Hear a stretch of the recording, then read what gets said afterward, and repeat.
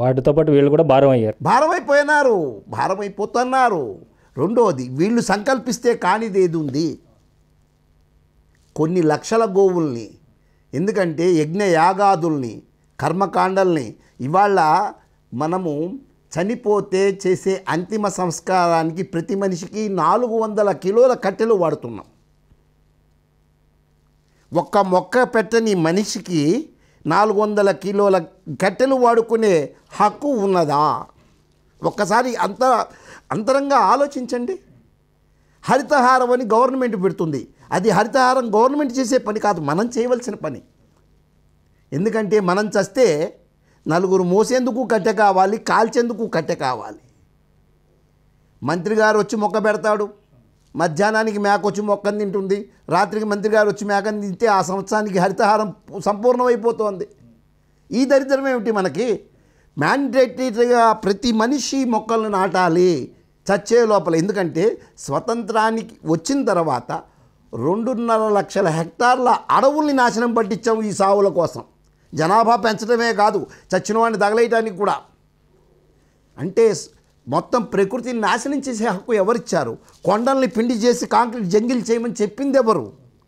ప్రకృతిని 10 మందికి, ఈ వనరుల్ని 10 తరాలకి అందించవలసిన మనిషి అందించకుండా నాశనం చేసే ఈ నరకాసురుడు ఏంది?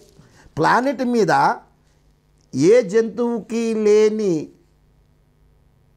అన్ని జంతువులు మానవుడి కన్నా గొప్పవి. అధమంగా అంటే నేనే గొప్పవాడిని చెప్పుకునే మానవుడే అధముడు. ఏ పక్షికి దానికి గూడు అవసరంలా, ఈ కొమ్మ అవసరంలా, సెక్యూరిటీ అవసరంలా, దాని బతుకు అది బతుకుతోంది. విశ్వాసంగా బతుకుతుంది, బతికినంతసేపు బ్రహ్మాండంగా బతుకుతుంది. అటాచ్మెంట్స్ లేవు మనిషికి. అటాచ్మెంట్లు ఈ ఇల్లు నాదంటాడు, ఈ ఇల్లు నాదిలో వీడి కాగితం మీద ఉంటుంది కానీ ఇల్లు వీడి చేతిలో ఉండదు. వీడు ఆ ఇంట్లో మొత్తం మీద ఉండలేడు. వీడు ఏదో ఒక మూల చేస్తాడు. అంతా నాదంటాడు, అంతటా నాదంటాడు. ఎప్పుడైతే ఈ విధమైన అజ్ఞానం ప్రబలి ధర్మం వైపుకు వెళ్లకుండా ఉన్నంత కాలంలో ఈ గోవధలు ఆగవు, గో సంరక్షణ జరగదు. కాబట్టి ఎవరైనా సరే వచ్చేటప్పుడు ఏమి తేము, వెళ్ళేటప్పుడు ఏది తీసుకుపోము. ఉన్నంతసేపు పరోపకార్యార్థమిదం శరీరం. అవి దేవాలయాలు కావచ్చు, గోవులు నడిచాడే గో దేవాలయాలు అవి. ఇవాళ మనిషి అనేవాడు ఎంత దుర్మార్గానికి చేరాడంటే, ఎలక కనపడితే చంపేస్తాం, వినాయకుడితో పాటు ఉంటే దండం పెట్టేస్తాం, పుట్టలో ఉంటే పాలు పోస్తాం, బయట తిరిగితే చంపేస్తాం.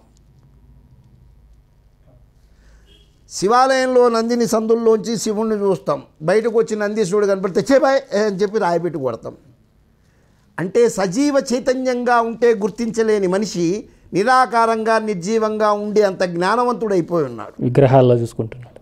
24 గంటలు రేఖలు, గ్రహాలు, గోచారం ఉంటే గ్రహచారం ఏం చేస్తుంది?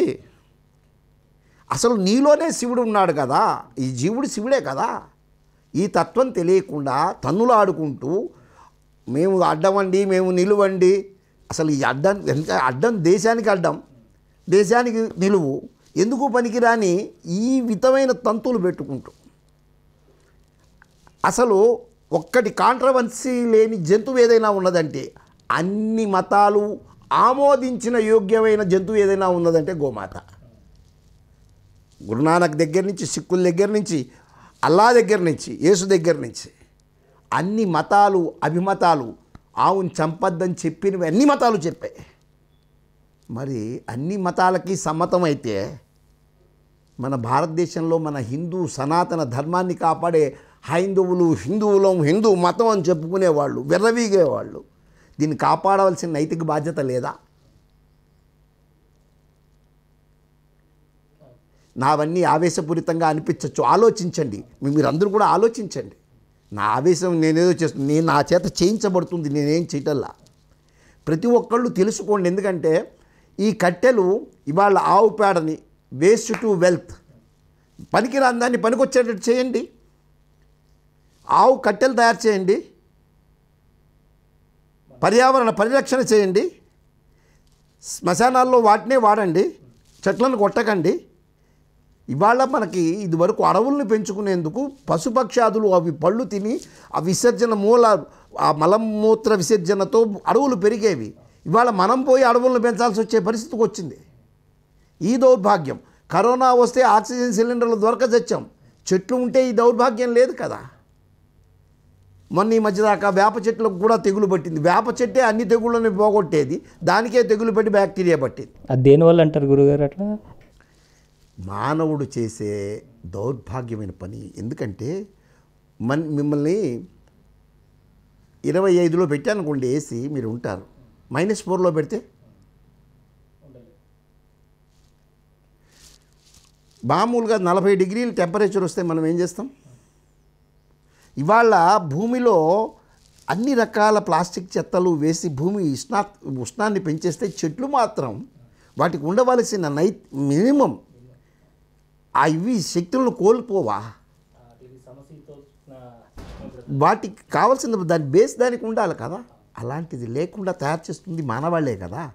భారతదేశంలో ఉన్న గొప్పతనం ఒకటి ఉంది. ప్రతి ఒక్కడూ భగవంతుణ్ణి భయంతో నమ్ముతున్నాడు తప్ప భక్తితో నమ్మట్ల. భయంతో టన్నుల భక్తి, భయంతో కూడిన భక్తి.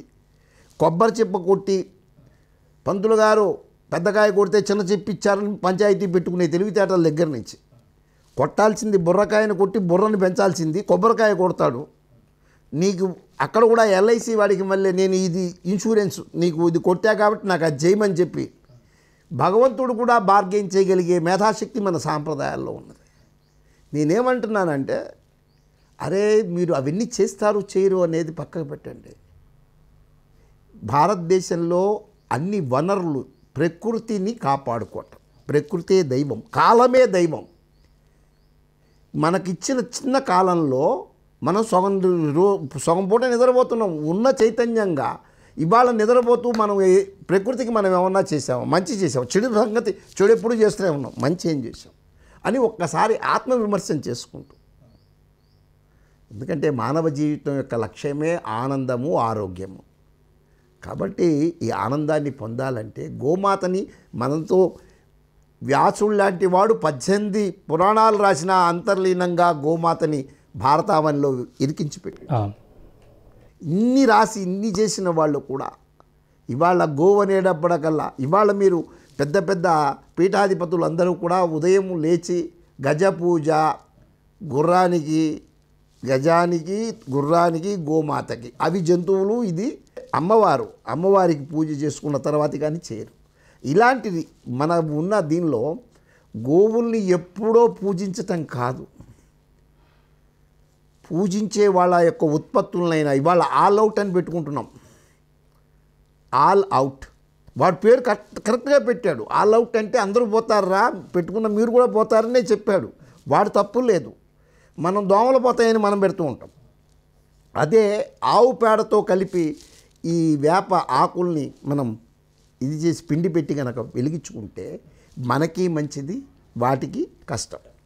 అంటే జీవహింస చేయకుండా ప్లాస్టర్ ఆఫ్ ప్యారిస్ వినాయక చవితికి ప్లాస్టర్ ఆఫ్ ప్యారిస్ విగ్రహాలు ఉన్నవే నీళ్లు తక్కువ, ఉన్న నీళ్ళల్లో వివేసి దాని మీద మునగట్లేదని ఎగిరి తొక్కి ఇంత భక్తిని చూపించుకోలే భక్తి సామ్రాజ్యం ఉన్న భారతదేశం ఇది.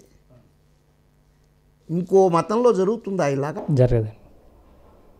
ఎంత పవిత్రంగా చూసుకుంటారు అన్నిటిని. వాళ్ళు అంత పవిత్రంగా చూస్తే మనకేం మాయ రోగాలు? మట్టితో చేయవచ్చు, ఆవు పేడతో చేయవచ్చు. ఆవు పేడతో చేస్తే ఎఫెక్టివ్ మైక్రో ఆర్గానిజమ్స్. దీని నుంచి అంటే పండగ అంటే అన్ని జీవరాశులకి ఆనందం కలగాలి. దీని నుంచి వెలువడిన బ్యాక్టీరియా లోపల ఉండే జీవులకు ఆహారం అవుతుంది, నీరు ప్యూరిఫై అవుతుంది, భూమి సస్యశ్యామలం అవుతుంది. ఇది కదా జరగాల్సింది. రకరకాల రంగులు వేసి ఆ విగ్రహాలను తొక్కేసి తొన్నేసి నీళ్ళలోంచి తర్వాత తీసి బయటపడేసి వేసేటప్పుడు భక్తి, తీసేటప్పుడు రెక్లెస్నెస్. అంటే పోయినప్పుడు శవాన్ని ఇదంతా కూడా ఎందుకు చూపిస్తున్నారంటే, నాయనా ఈ ఆట నీది ఎంతసేపో ఉండదురా, ఇలాంటిది నిమజ్జనం అవుతావు నువ్వు, నీ జీవితం శాశ్వతం అనుకుంటున్నావేమో, అశాశ్వతమైన జీవితం, ఏ రోజుకైనా అక్కడికి పోవాలి అని చూపించడానికే ఇలాంటివన్నీ మనకు ప్రాక్టీస్ చేయిస్తుంటే, కింద సంవత్సరం బాగా తొక్కాం ఈసారి బాగా తొక్కుదాం అనుకుంటున్నావు కానీ నీ మేధస్సు జ్ఞానాన్ని ఎందుకు పెంచుకోలేకపోతున్నావు?